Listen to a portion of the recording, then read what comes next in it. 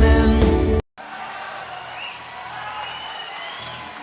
Okay, so right now, Rael is taken by a blind lady named Lilywhite Lilith through an underground maze into a large, dark, round cave. And as she leaves him on a cold stone throne, the cave gets a little darker and colder, and he hears this strange whirring sound, and he sees a light, glimmering light, entering the cave from a small passageway, which gets brighter and whiter and brighter, until it's super soap-sad white, filling the room. Rael becomes a little frightened, picks up a stone, hurtles it to the center of the two golden globes.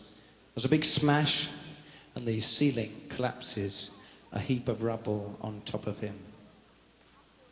This, of course, provides him with a lovely opportunity to meet his own personal hero. A gorgeous gentleman here tonight for all of you people, better known to all of us as Mr. Death. Death. Let's hear it for Death.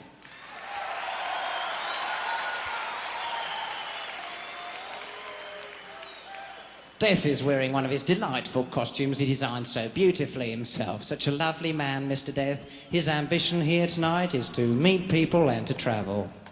He carries on his back a little puff snuff pack. One puff and you snuff it. Got it? Got the idea?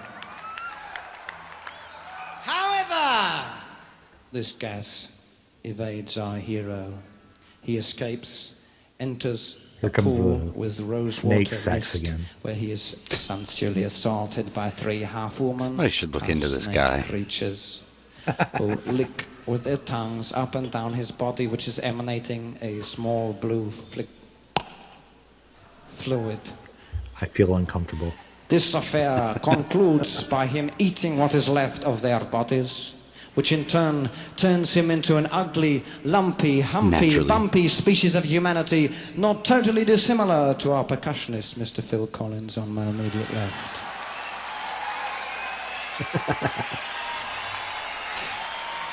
Always happy to be the butt of a joke. Mm-hmm.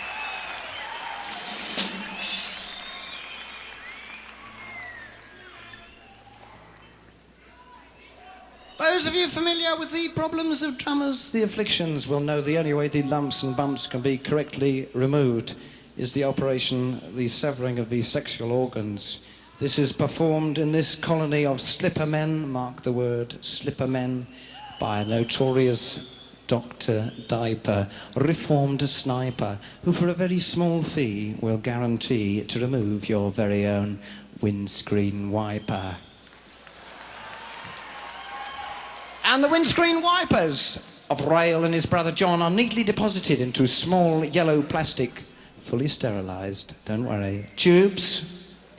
And all of a sudden, a big black bird comes out of the air, grabs Rael's little yellow plastic tube, flies all the way down a narrow tunnel, drops it into a large area of gushing water called for no reason at all, where Rael sees his drowning brother John.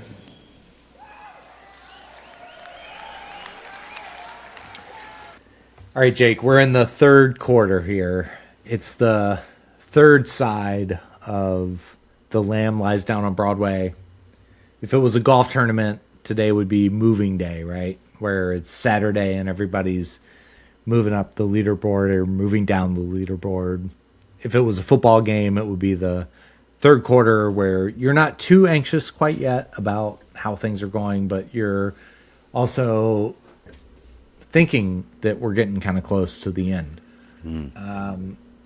Gabriel has done a better job than you and I think, could ever imagine doing, telling the story of what's going on with Rael at this point. We're going to meet tonight. We're going to meet Lilywhite Lilith. Sorry, I've had a few whiskeys. So we're going to meet Lilywhite Lilith. Yeah. Lilywhite Lilith.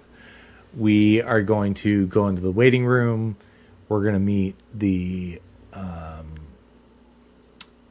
supernatural anaesthetist. Wow, these are tongue twisters. We are going to have some silent sorrow in empty boats, and we're going to meet the Colony of Slippermen, all in one episode. Most of which is the third side of Genesis's epic, The Lamb Lies Down on Broadway. We are skipping a little bit into the fourth side with Colony of Slippermen, but we're doing that because Gabriel gave us permission to do that tonight, because as he's describing the third part of the story of Rael, he gets into the details of the Colony of Slippermen and how it impacts the story, and we will do that as well. So great to see you, Jake. Hope you're well. You too, Excited to brother. get into this side of music.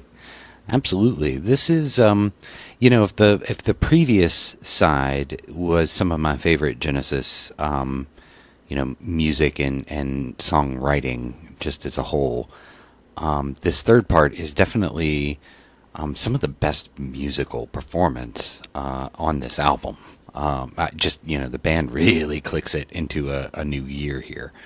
But the story is just so odd.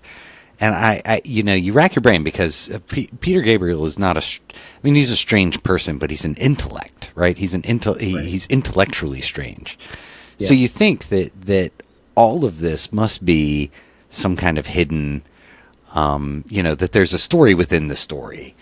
And part of the fun, I think, of listening to this album is just trying to figure that out. Now, you're never going to get a straight answer on that from Peter Gabriel. And I think that's the fun to him of producing an album like this is, beyond this story of Rael, it's all an allegory for something else. And I do wonder, how much the waiting room and the boats and all of that imagery just kind of gives you that River Styx kind of, vibe. And how much of that is actually at play here, particularly given the fact that these female-faced serpents, the Lamia is actually a Greek a beast of mythic beast that features kind of a female or a female upper torso or female head on a serpent's body. So what's going on here other than Peter Gabriel has a thing for snake sex? You've been calling that out since the beginning of this podcast, and I think I was so excited this week as I was thinking we're gonna get into the Lamia this week, and Jake's gonna freak out because here we go again. Here it is. But I'm still trying to give him the benefit. It must mean something. Yeah. It's all in fun. So we are getting ready to clip off it's absolutely the most amount of music that we've tried to cover in one episode. So I am going to just get right into it. We're going to play Lilywhite Lilith, and we will see you on the flip side of that with The Waiting Room.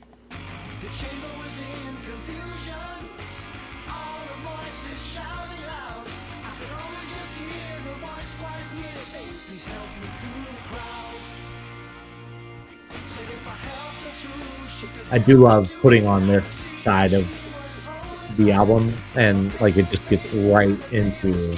Oh, it rocks right off the bat. Yeah. Massive bass line. It's so good.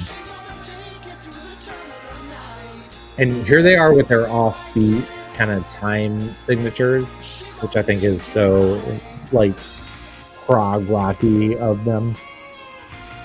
Yeah, it's funny, all they're really doing there is putting a different emphasis, right, on the wrong syllable, as it were. He's just putting emphasis on the 1 and 3 as opposed to the 2 and 4, but it feels so weird. Right.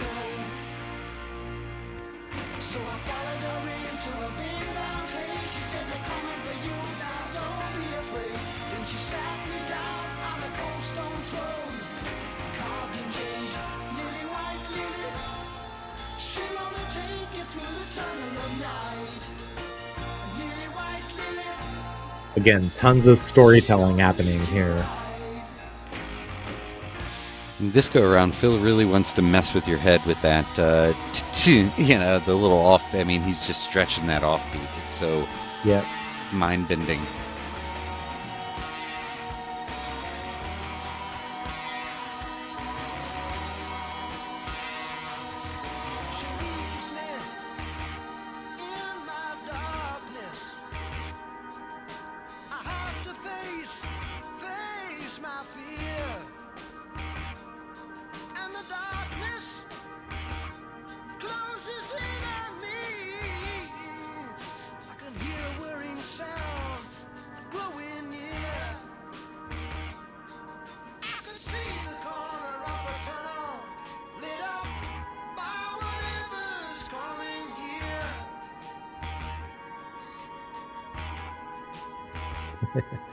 By whatever's coming here.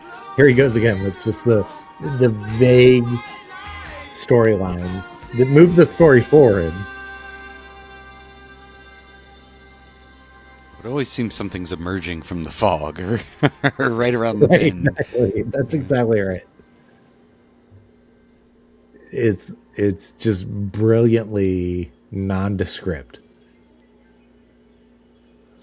So now we move into the waiting room, and I tell you, to me, this is a very underrated song because,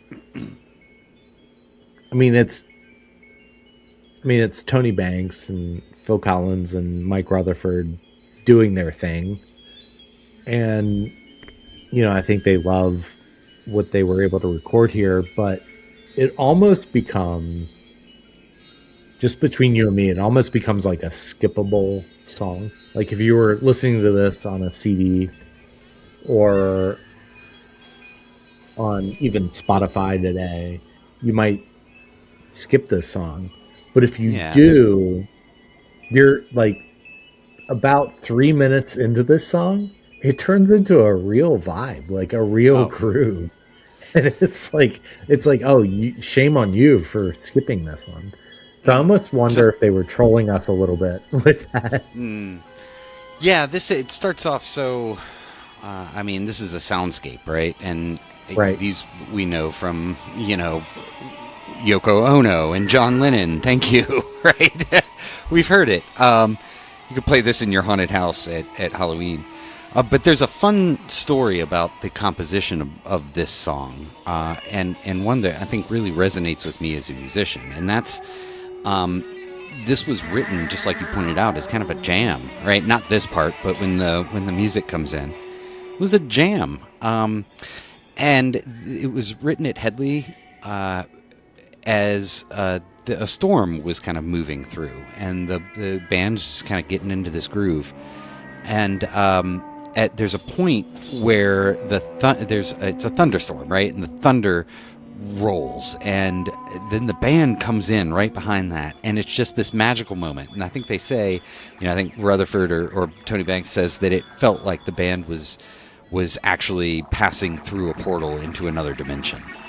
And when they finished jamming the song out, a rainbow popped out of the sky. No way. Oh my God.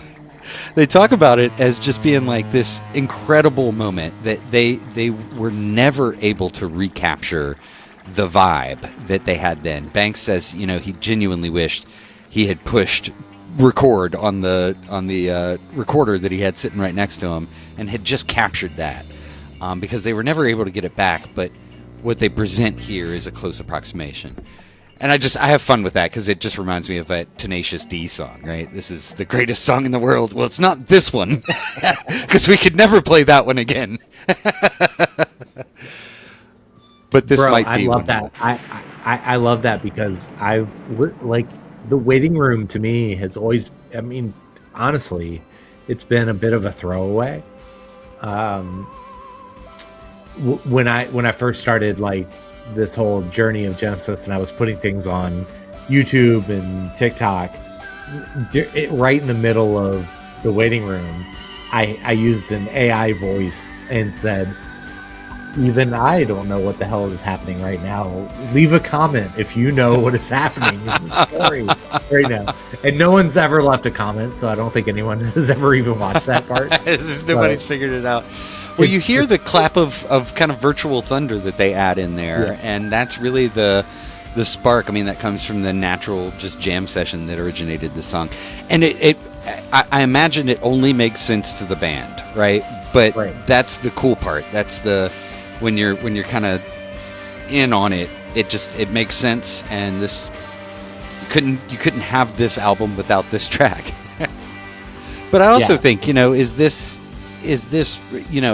Rael metamorphosizing in some way, right? Is he transcending to some other space? The whole idea of a waiting room as purgatory, or as a space, where one waits for the afterlife or the judgment, or whatever it may be. Sure. Actually, with Gabriel's story at the beginning of this, like the whole idea of the supernatural anesthesiist being death, that was something that I had not ever connected. That's anaesthetist, by the by. Fair enough. But I had not connected him to being Dr. Death. And so I just think that, yes, Rael is going through some shit right now, for sure. Yeah. Well, you have an encounter with death, and on you go. And a little bit of fun trivia. I believe Eric Idle channels that voice in the 1983 Monty Python classic, The Meaning of Life. Oh, yeah? When death comes to the party and blames the salmon moose. I know we've got to have a lot of Python fans out there. We're bound to.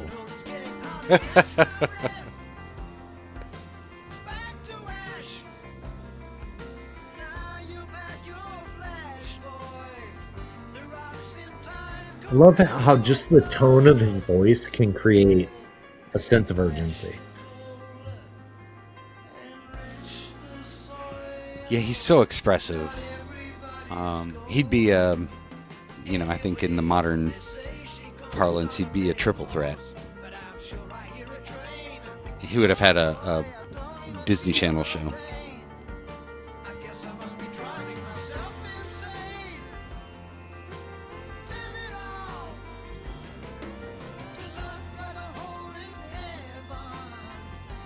This, of course, is Anyway from the third part. And that's such just a lovely little line that Tony Banks plays there to accompany Peter's vocal. Just that soft touch into this hard vibe.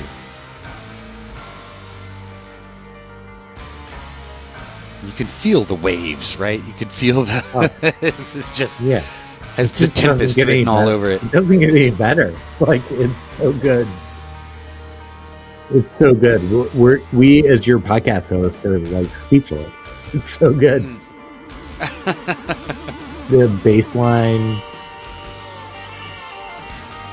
Here comes Steve again. Like, don't forget Steve Hackett's part of this band. This is going to go on to inspire generations of progressive metal guitar players, right? This section in particular.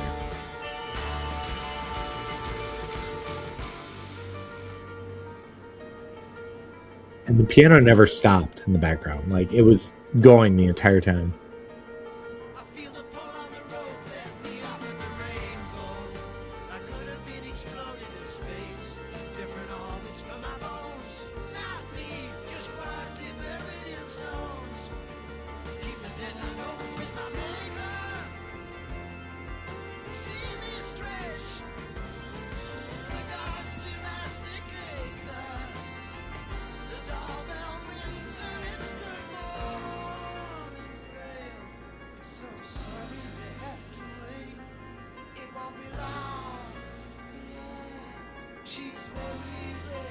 He's still in the waiting room. but now he's getting some apologies for having to wait for so long.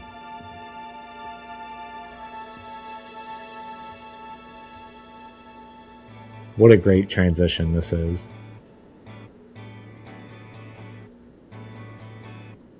Rael, party of one.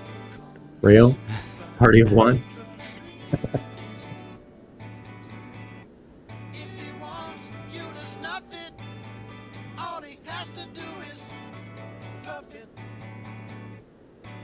He's such a fine dancer.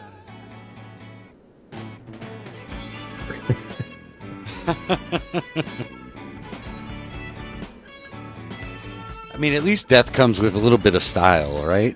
Yeah, yeah. And compliments of Steve Steve is just playing that style. Yeah, I love it.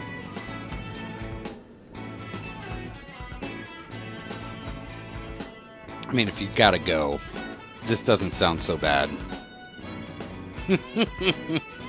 I never took this part as Death until I heard that story of Rael.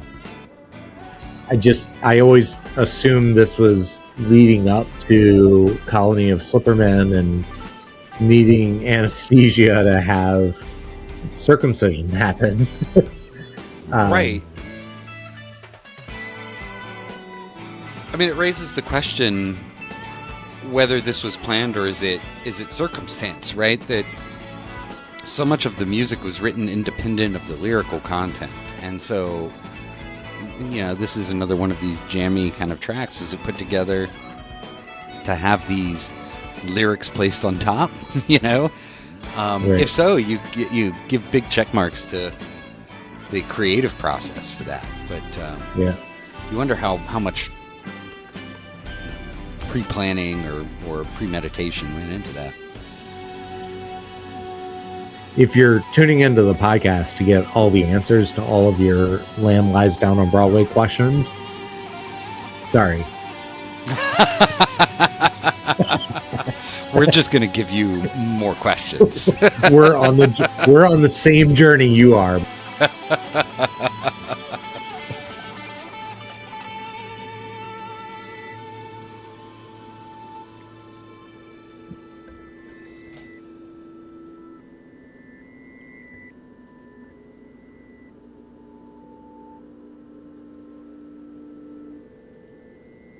Fun audio effects there, but can confirm the Enosification of this album is done.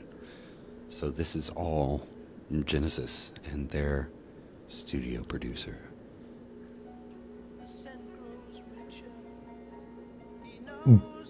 Brian Eno didn't play a role in the second half? Not a credited role, but you have to say he probably had an influence. Maybe inspired him.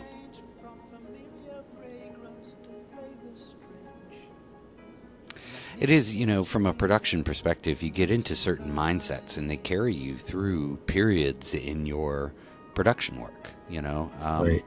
where, you know, you're all about, you're all about that bass, or you know, there's some trick that you're playing with and it just winds up in all of your stuff. And it just kind of goes with your maturation process as a producer. But I think you would work with somebody like Brian Eno, you would pick up a thing or two, and particularly in the weirdness areas. How do we make this sound weirder? I think I'm gonna have to edit out you saying all about that bass. Just kidding. Oh, please, I'll probably do. keep it. All right. So here we are with the Lamia, right? Like we've got 3 vermilion snake-like creatures basically sexually assaulting Rael in this world that has been created where you are never really sure whether you're above the ground or below the ground in this hell that has been created below the ground. One interesting thing above and beyond the story here is that in the live show, we've talked a lot about how Gabriel's live antics were never really detrimental to what the band was trying to accomplish as a 5-piece, really until they got to the Lamia and the Colony of Slippermen. With the Lamia, they had this very elaborate fabric suspension come down from the top of the stage, and these 3 vermilion creatures would be represented with 3 sides of fabric basically in a spinning top, if you will. And they would all come down around Gabriel, who was playing the part of Rael, and they would just spin around him during the Lamia. And they were so in debt and didn't have that much time to rehearse and to really get this exactly right.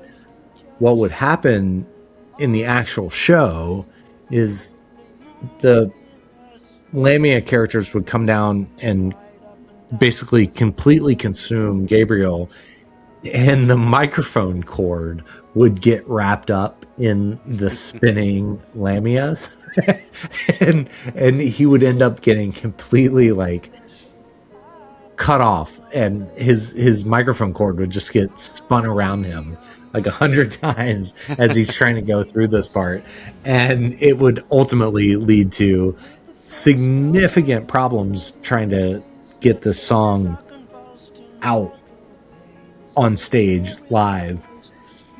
Yeah, and I've heard on that same token that he, they would try some things to kind of work around this, and one of them, he would climb out of this giant Lamia body. He would come crawling out of the mouth, but he'd have to army crawl through it, so he'd get out and would be just completely out of breath and wouldn't be able to sing. And then he'd dress up like the Slitherman, and he couldn't get the microphone close enough to his mouth because of the Slitherman costume, right? Yeah, so. Yeah, and that's coming. That's coming. Climbing out of the giant Slitherman cot, and then that's coming. You have to imagine the band kind of side-eyeing each other, just like, oh, here we go again, you know?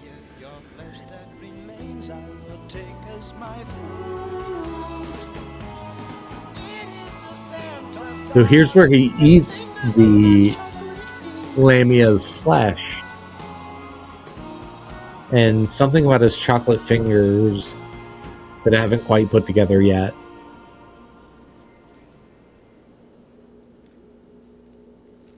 But as you heard Gabriel say in the story of Rael Part 3, he was sexually assaulted by these Lamia. He ended up eating their flesh. The results of eating their flesh resulted in getting a hideous sexually transmitted disease, which expressed itself as giant lumps and like a disease that looks a little bit like leprosy. Through the leprosy meets syphilis.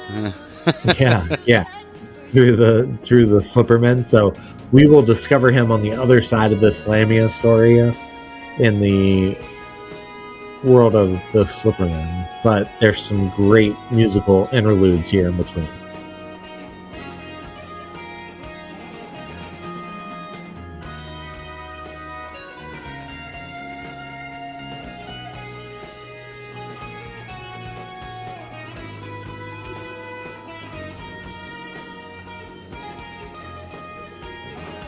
I gotta think, when Tony Banks said that he couldn't really connect with this story, I gotta tell you, dude, I think it's side 3 that he could connect with. Because it's some of the best music, but some of just the weirdest shit is happening. Well, really, and we've really moved away from the story for all intents and purposes. We're in the visual world now, right? I mean, Rael could be tumbling through a kaleidoscope for all we care. And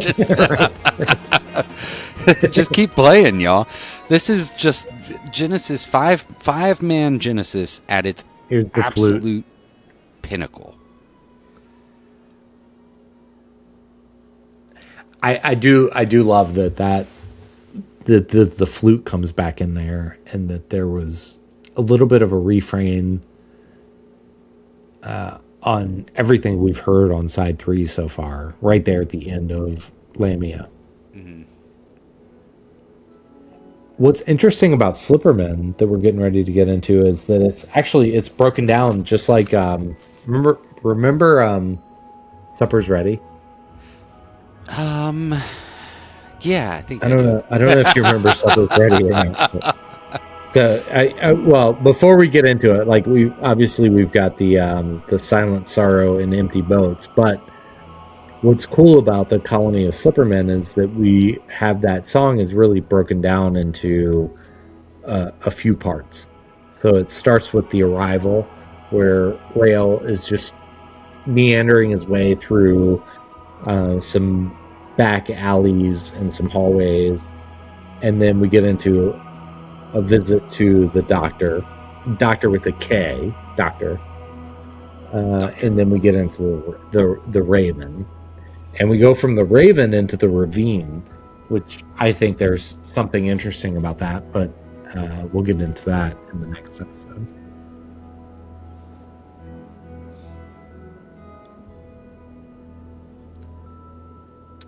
This one was where Tony Banks really felt like the band could shine. I can't tell you how many interviews I've seen with him where they talk about the Lamb, and him and Mike and Phil really reflect on songs like this.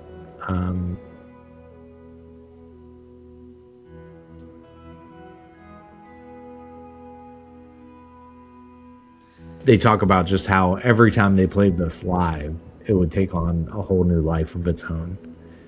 Like, they found their little moments to really feel relevant in the story.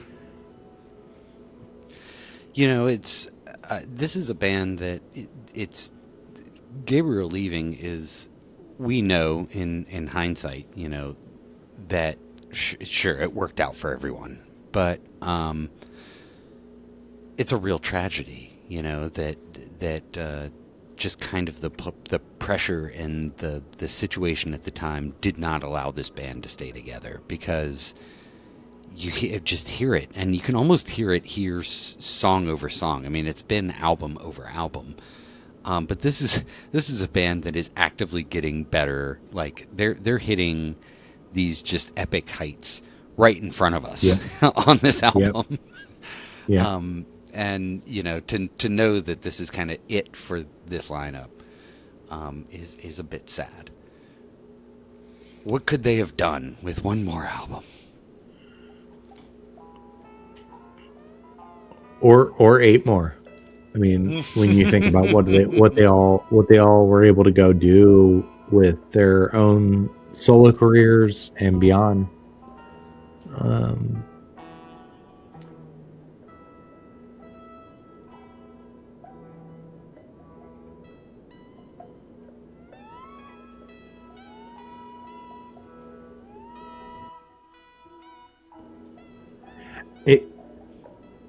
So here's Rael. Kind of, I always just picture him being in like back alleyways, and you know, I kind of picture this as being like a really red light district kind of area where there's a lot for him to look at and see, and he's just wandering through, and it's called the Arrival. So he's meandering his way through these back alleys, back streets to get to the Colony of Slippermen. Once he gets there, it becomes a little hard for Jake and I to like tell you what's happening. But Gabriel does a pretty good job of telling us that even shaking hands in this environment is a little sketchy. Yeah.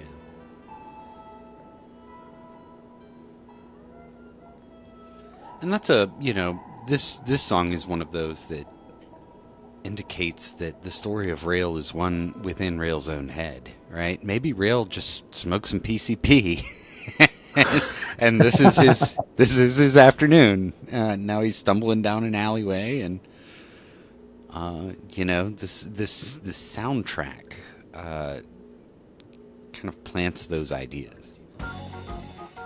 but it turns into such a great pop song. Yeah. Well, have you ever smoked PCP? Nah, I haven't either. I have not. But you don't know. You don't know.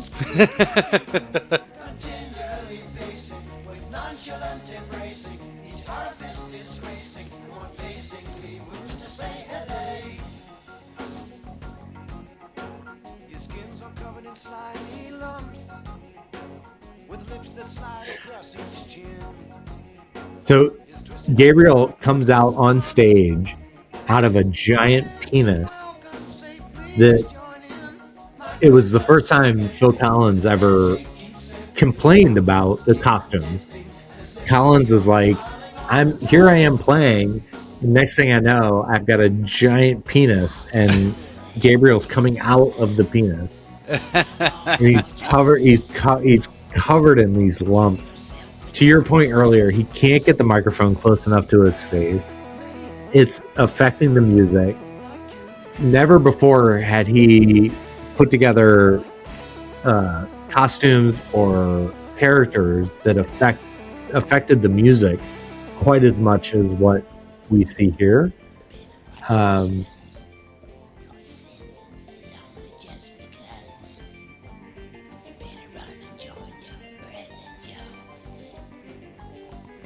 here we have what? I guess the Slithermen actually speaking. And they sound like an STD. Yeah, exactly. A fair warning, kids. There are more than a fair share of songs and concept albums about STDs. So, wrap it up. Yeah, they just aren't all as obvious as this.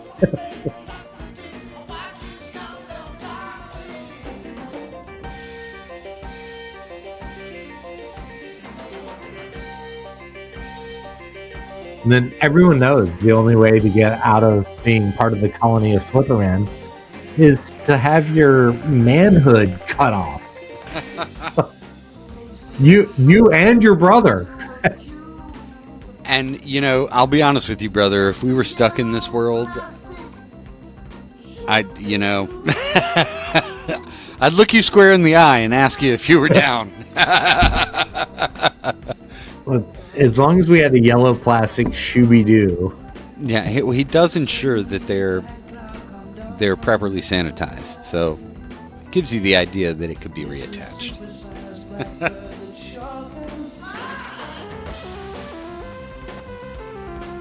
It is ironic that There you go. a bird is going to swoop out of the sky later and snatch Peter Gabriel away in Salisbury Hill, right? Dude, the number of times in this album where something has just come out of nowhere and helped move the story along, I think is a real testament to the story being pretty trippy. Yeah, and again, maybe Yeah. it's Rael is just, he's on acid and he's just seeing these things. But this is just one of the greatest Tony Banks portions.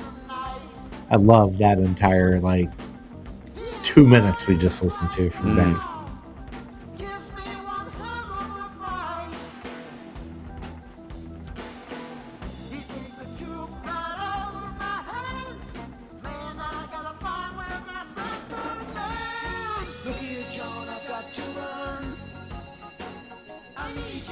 If I knew a lot about literature, I might make a reference here to, The Raven and Edgar Allan Poe, but I don't really have that in me.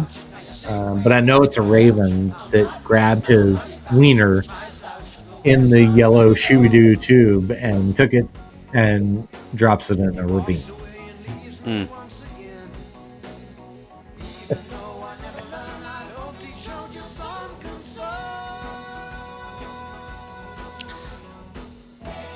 I love this. Hold on. The backing vocals.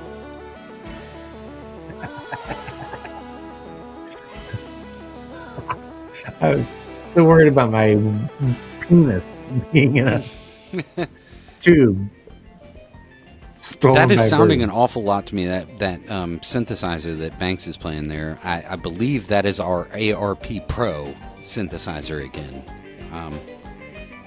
If anybody knows who played on this. He's in the agony of Slippermen now. He went from the colony to the agony.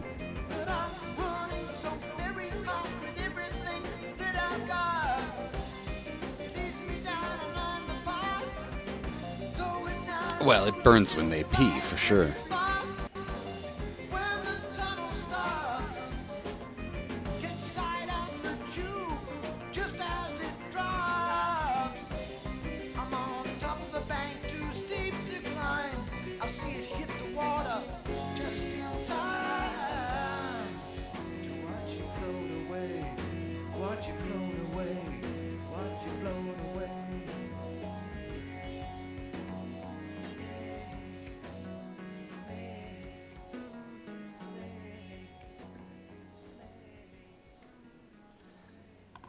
What a wild piece of music there. Well, and that's it. I mean, that's what we consider to be, side 3. I'll call it side 3.1 because we got into Slippermen. But damn, like this story just got like if you think you know what's happening in the first half of the story of Rael, you get to this part and it just feels completely separated from reality. And I think that's the intent. I mean, I think that's clearly the intent. You've got the blind woman of the Lilywhite Lilith, you've got the Lamia, you've got the Colony of Slippermen, you've got these musical interludes in between that just all turn this third side on its head. And maybe to their discredit, the story got a little bit too wild over the last 20 25 minutes of music and got a little too disconnected from reality and became hard for Genesis fans or just prog rock fans or just music fans in general to stay connected. I don't know. I kind of wrestle a little bit with this side. I'm with you. I've made the joke that this is the album. Ultimately, it was the tour that broke Genesis, right? I mean, they will no longer be a 5-piece. They're not going to embark on this type of initiative. And all of that, of course, is consequences of things that you could point to. Peter Gabriel obviously has kind of outgrown this format, and he's looking for new ways to express himself. And so, of course, he's going to leave the band immediately after this tour is over. But the band has continued to grow musically, and you just hear it. You wonder, and I believe that there are actually comments from members of the band about this, that feeling kind of a sense of relief after processing the grief of losing Peter. Right? I mean, he's a dear friend from the old days. Right? They go way back. And so you wish him well, but you don't want to see him go. But also it's brought a pressure and a, antagonism into the band that has never really been there before. And to find yourself relieved of that, obviously it leads to good things for Genesis, but to think, right? And I wonder what the coffers would look like today, right? They would come back with $50 million and more than their fair share of left nuts in the bank from all the people who would give a left nut to see Genesis perform this album live. in 2025, 2026. 100%. I 100%. just, I don't know what a healthy left Absolutely. nut is worth these days, but Well, it's got to just be worth something. Ask Dr. Diaper.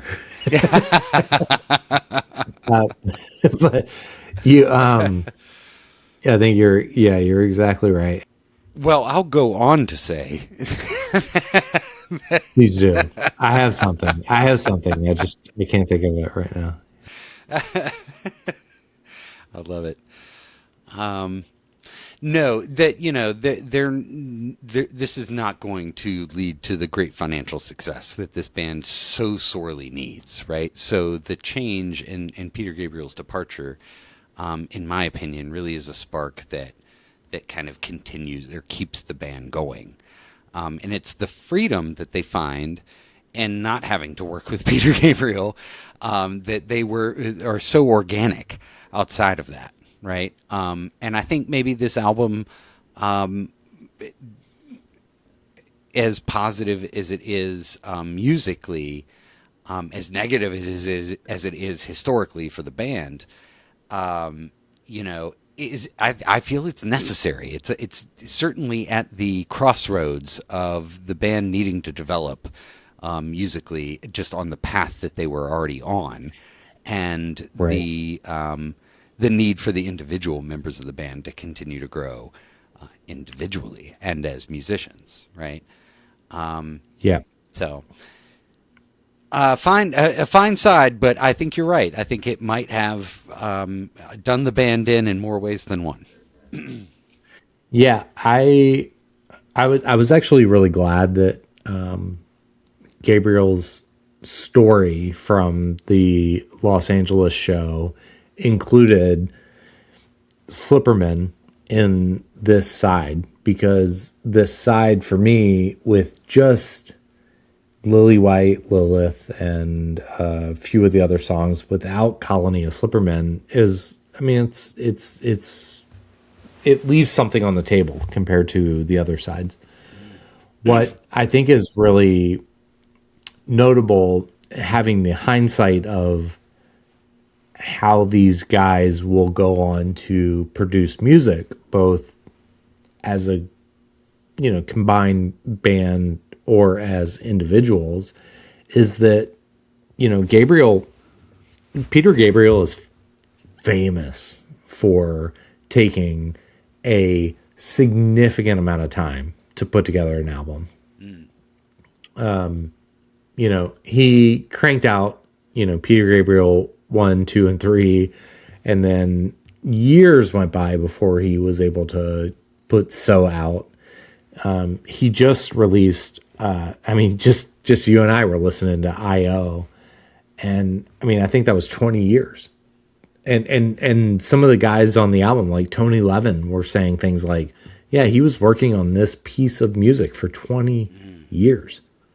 And just knowing his discipline for that style of composure and lyricism, I think that being kind of pushed into a corner with the record industry and obviously his bandmates that were his good friends, pushing him, it just didn't work out so well, to where I think this quarter of music from this album is a little bit rushed, and it's probably not quite as well put together musically it's fucking fantastic.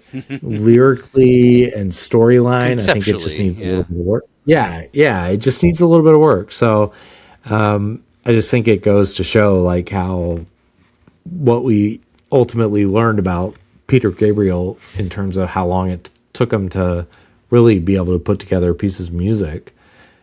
If he could have been granted that creative license for this back half of The Lamb, we might have ended up with something different.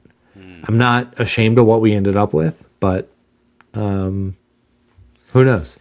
No, it's certainly not offensive to the ear. But the story is a little strange. And, the more we've talked about this, and actually all of this conversation, this discourse has kind of helped me piece a viable story together in my head. And I'm going to stick with my whole concept. Rael is tripping here. And I feel that the arc of this album is that, right? He's angry, he's out spray painting, but the part that's left out is that he's dropped acid, right? And it kicks in when he sees the lamb. And he's very attracted to snakes. Yeah. well, from stories, of course, third person stories, that what LSD does and the visions that somebody could see, and just kind of how that unfolds over the course of say 12 hours.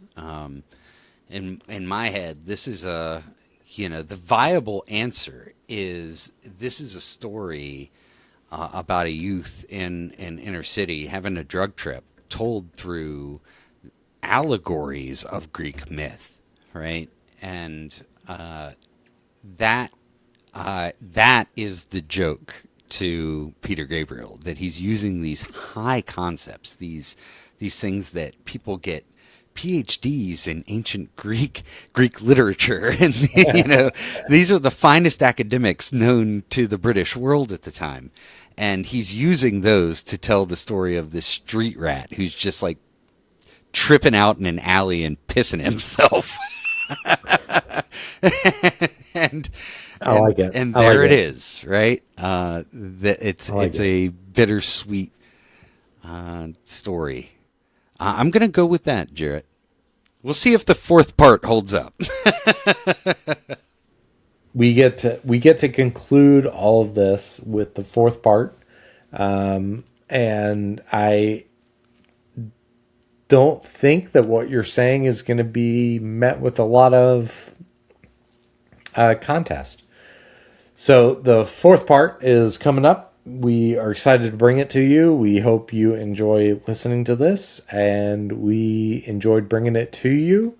Maybe a little more than we should tonight. I was at a backyard concert and was enjoying quite a bit of Crown Royal with peach. So sorry if I couldn't quite pronounce Lilywhite Lilith. But we'll keep this going, and we are excited to do this shit. See you next time. All right.